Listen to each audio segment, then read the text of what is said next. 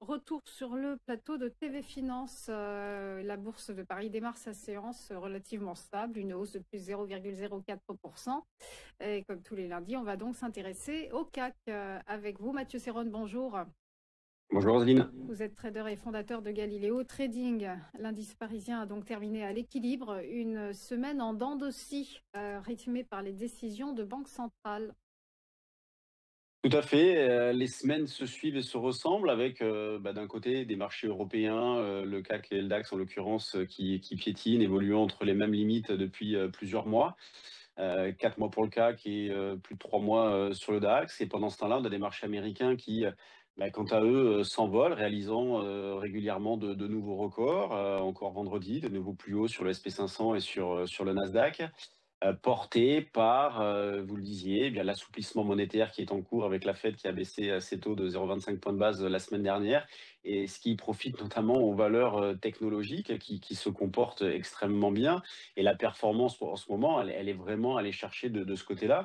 Il y a quelques semaines, je vous parlais de valeurs comme Veritone, comme Innodata, qui se sont depuis envolées. On est sur des variations de 50 à 100 sur ces valeurs-là. Là, je surveille Silsk, enfin je suis même sur Silsk, LAES pour ceux que ça intéresse, donc toujours pareil, des valeurs technologiques.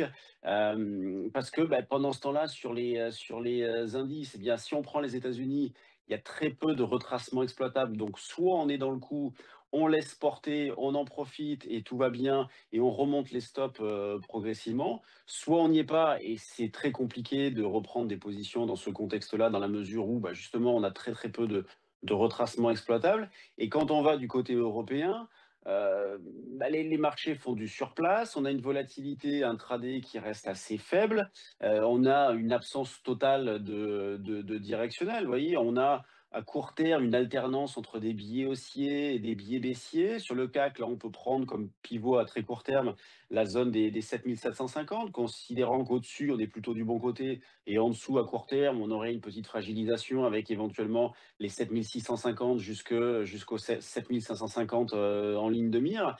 Mais vous voyez, c'est rien de bien palpitant sur les indices en ce moment. Là, moi, j'essaye d'acheter le CAC sur repli, idéalement dans la zone des 7750, 7780 points. Là, on est actuellement à 7838, donc il y a de la marge. Mais vous voyez, je me positionne un petit peu loin parce que justement, je m'adapte au contexte d'un marché qui ne fait pas grand-chose. Donc, je n'hésite pas à me positionner un petit peu loin pour essayer d'attraper sur un repli assez important, ce qui ouvrirait du potentiel. Sinon, au niveau de la stratégie globale, désolé de me répéter, mais c'est toujours les 7500 et les 8000 points qu'il faut surveiller. La stratégie globale, c'est dès qu'on s'approche de cette zone, on va dire 550, 650, je tente des achats.